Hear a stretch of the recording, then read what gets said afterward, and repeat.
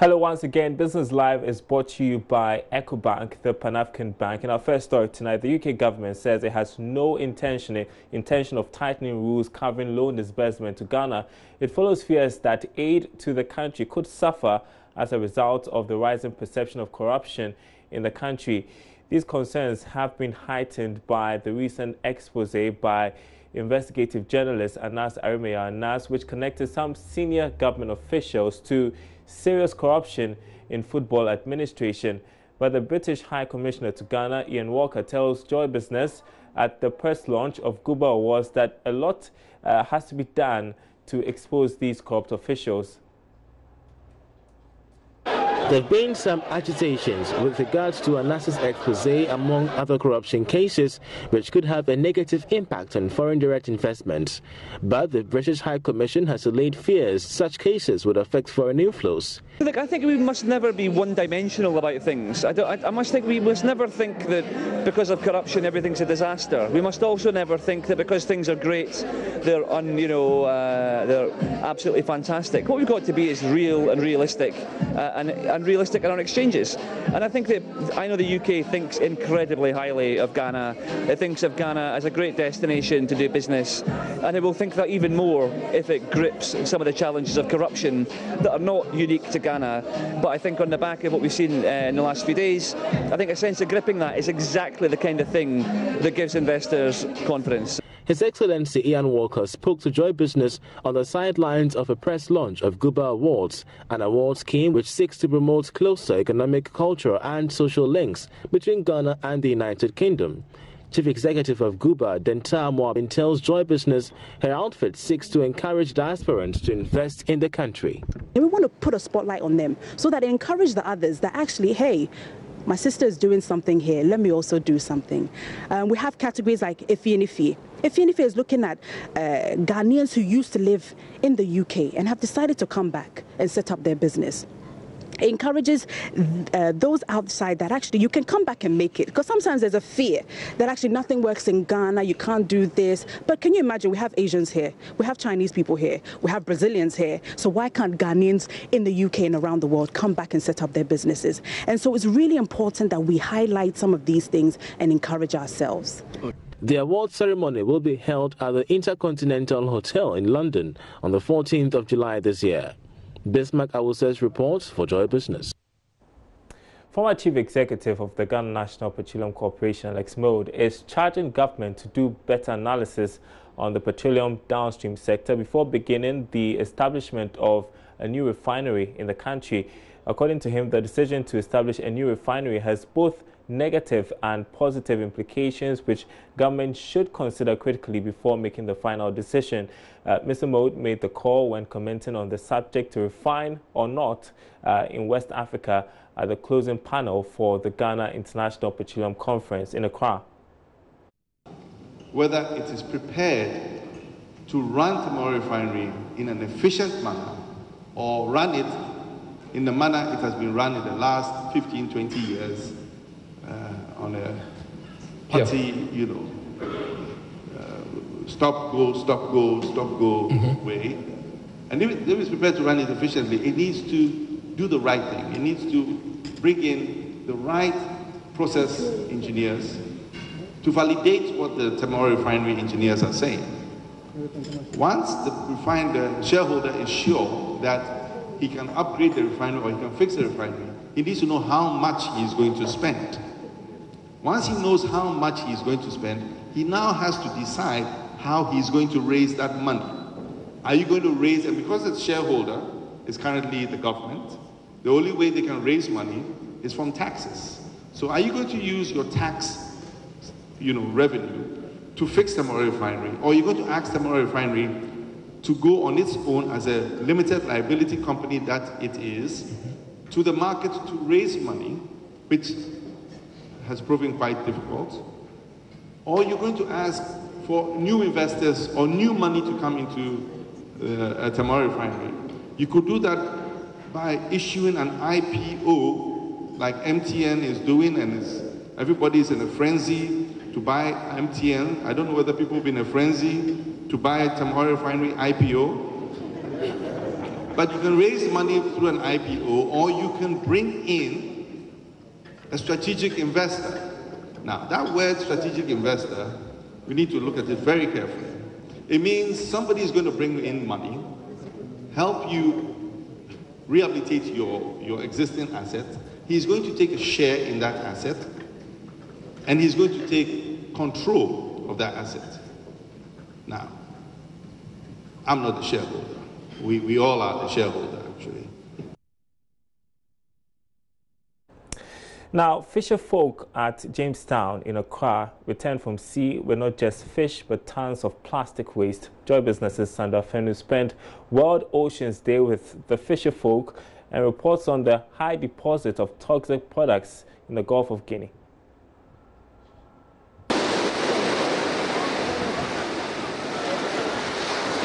From candy wrappers to plastic bags and even electronics, it well appears the sea is not only home to aquatic creatures. Plastic waste are competing for space. Fishermen now return from sea with not only fish, but loads of plastic materials. Bola chimo fe jinoni ban show me no kaji atewu anya nalo tumo pad yo fe pad menstruation e ka wo bola me bola ke ne ke ka atwa won shom ke be bia pampers kan bi ne fe chon koliem ke ban shom ke won ya wo no so jinu no ke ba. Clement Kofi's claim was evident when near Ankara another fisherman returned from sea. He came back not only with fish but rubbish. I can take away about if our system in the oil GNPC or when I'm to forget until when you may am now. As I want a tank, need to boil a tank. Need you do a cooking power for an echo. Shako Bell, ma'am. What you do if I was no, I may walk him one wish. One may show me. No, so what Nia and Kra has been telling me is that nowadays it's difficult for them to get a catch, and currently what he's doing is to sort out the refuse or the rubbish out of the fish that they brought from the shore.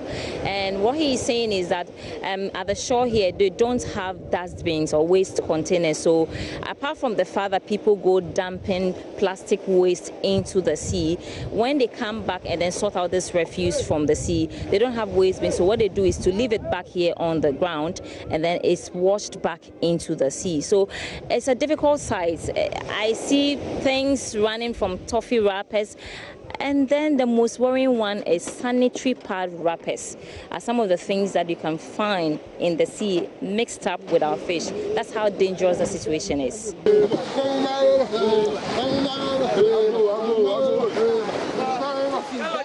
Another fisherman, Seth Lati, complained about the high rate of fish depletion. Take away, can again Romaji instead of Gine, no so Abasan, no Macanio, 12 feet, gentle fan, Roba Jemmy, behind short fan, if you take a rubber. No Roba Chemamiani, a tower and show, Lefan, go to Baba Pone. American, I show him. Ora, to go on a rubber pin, she be like a cania won't show.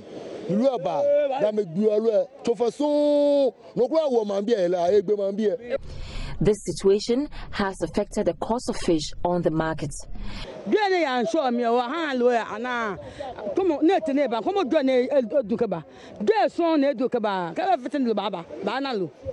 Globally, 8 million tons of plastic end up in the ocean each year, causing $11 billion in damage to marine ecosystem.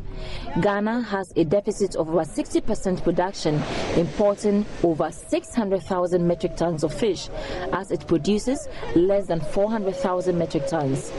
As Ghana joins the rest of the world to mark Oceans Day, many hope government takes a bold step to ban plastics to save the country's ocean.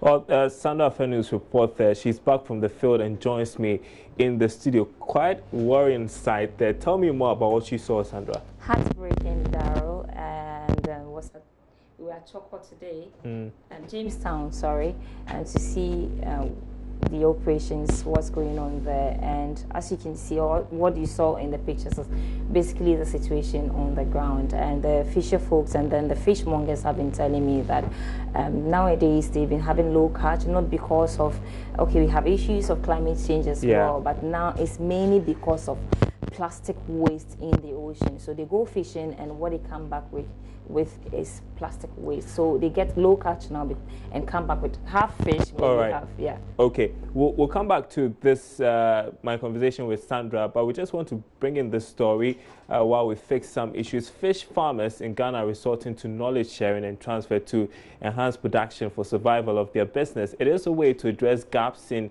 extension services which are taking a toll on fish output. Continued decline in fish stock in recent times has been attributed partly to the unavailability of extension support to fish pond keepers. The Fish Pond Farmers Association want government to train private extension service providers to address the challenge. Jacob Enu Ansah is chairman. Currently, farm-to-farm knowledge transfer, as well as private training and extension service, is popular among the indigenous farmers. This situation has come about mainly as a response to gaps in access to quality extension services. We call on government through MOFAD to provide the required logistics and training to public extension service providers to reach farmers.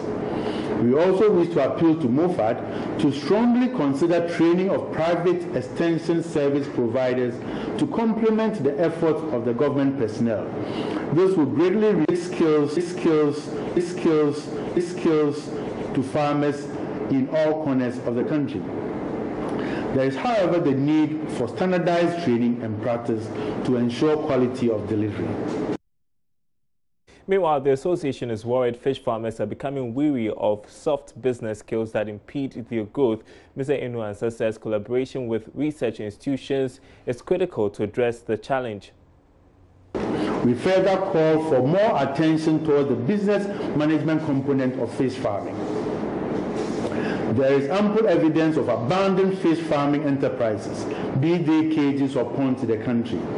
This observation cannot be interpreted as fish farming being unprofitable, but rather attributable in inadequate insights and practice on the part of fish farmers concerned. Locally and globally, fish farmers need state-of-the-art practices in production. There should be models of production for various species of fish, tilapia or catfish. They should be tested and recommended practices. These point to collaboration with knowledge institutions such as universities and research institutes. We call on them for partnership through joint projects and research.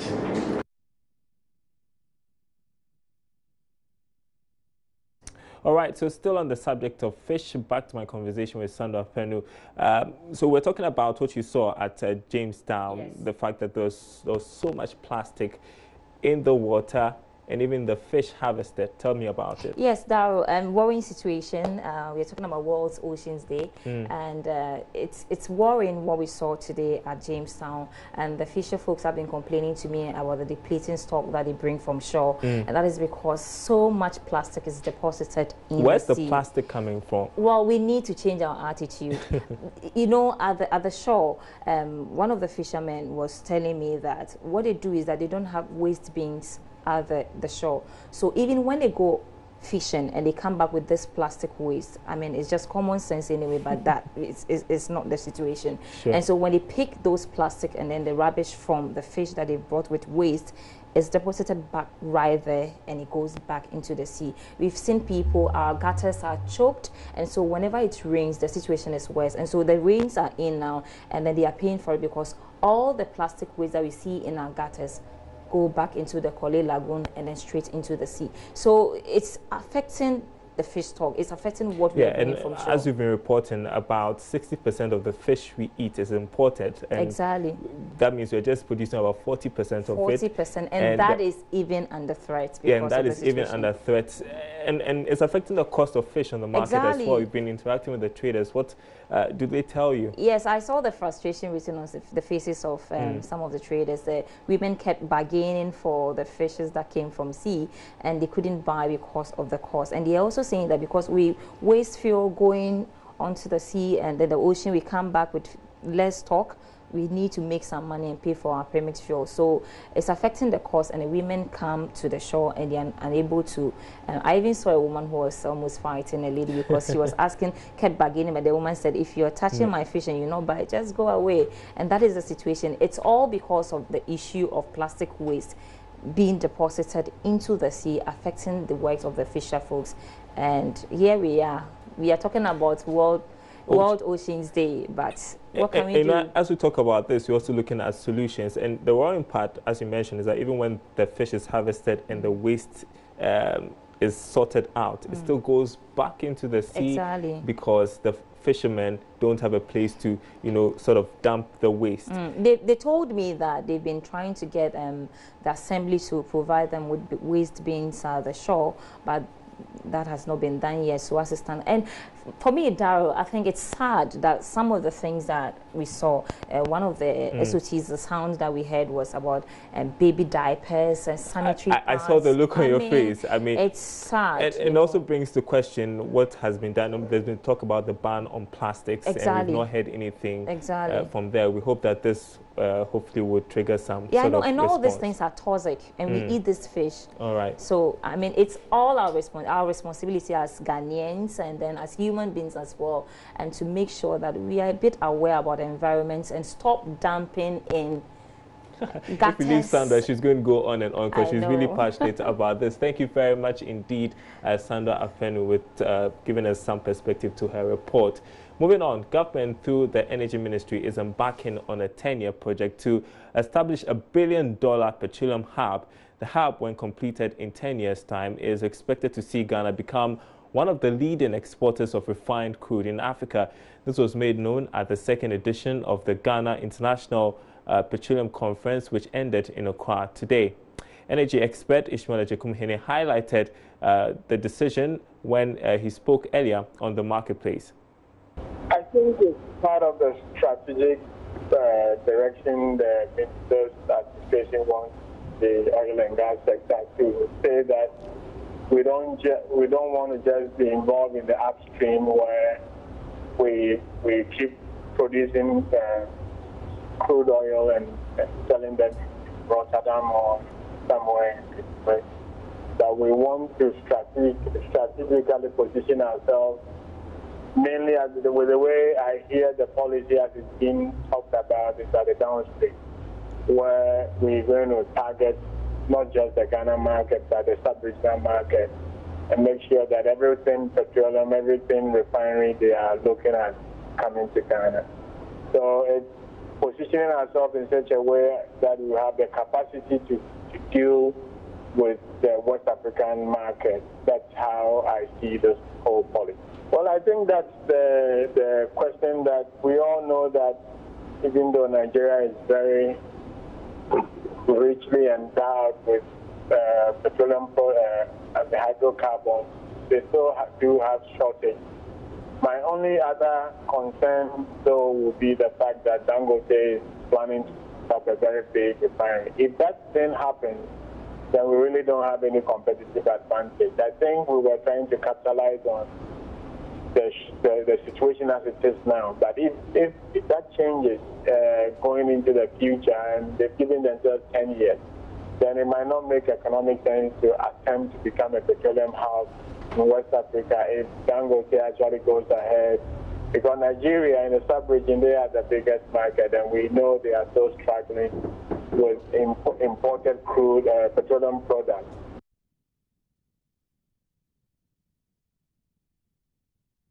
In other news tonight, Alpha Beta International School emerged winner of the maiden edition of the Creative Business Plan competition for international schools organized by non-for-profit organization Lead Afrique.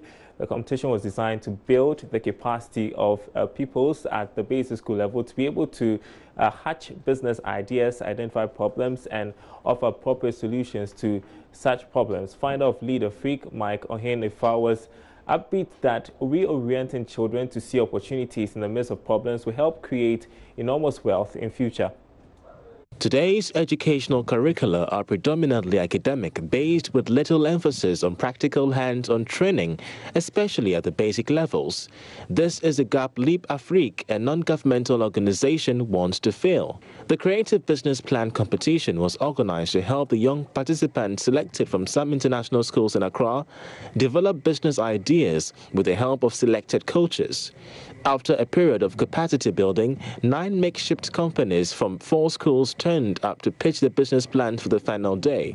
Mogul Industry from Alpha Beta International School emerged winner of the competition. Some of the participants shared their thoughts about the competition. Okay, so it was very pressuring. Coach kept pushing us and we were very reluctant. We thought he was forcing us to do things we didn't want to do, but then he's pressure paid, and we give thanks to our coach, Mr. Isaac Apia at Alpha Beta. He helped us get where we were. Without him, we wouldn't have gotten this far. I learned that investors will invest in businesses that they like and that would like to take shares in. I learned that if you have a judge, any question could be asked to at any time. I feel very good, even though we didn't win. The things I've learned is that you should always believe and that you should always obey your coaches, because your coaches have brought us so far, and you should always pray because God helped us come this far.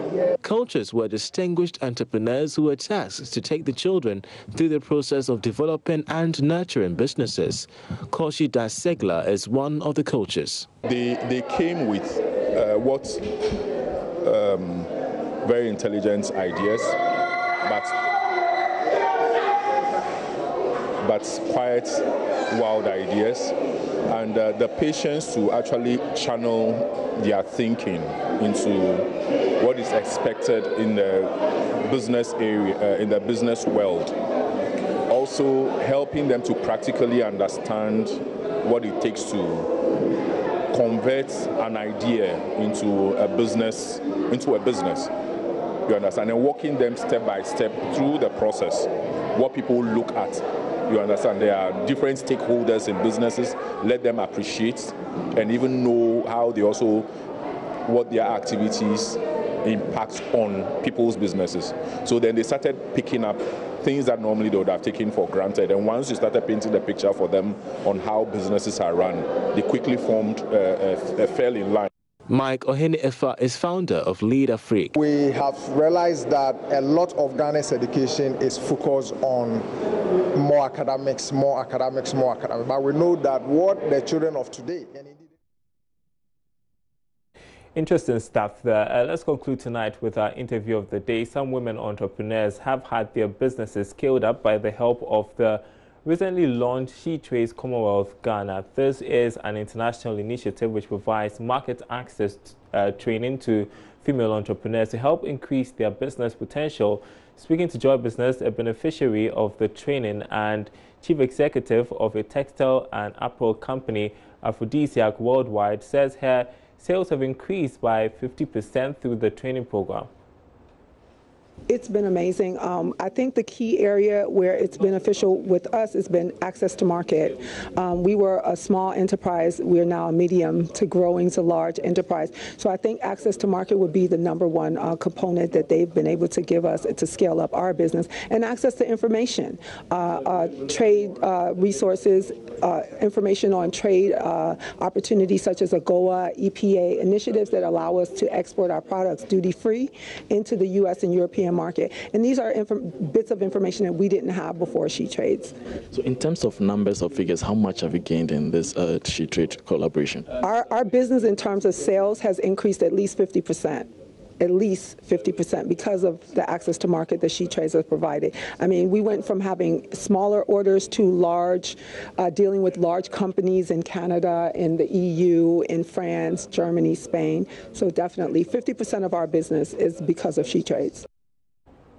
That's it for Business Live tonight. Thanks for watching. My name is Daryl Kwame. More news on our website, myjoyonline.com/business. I'll see you next week.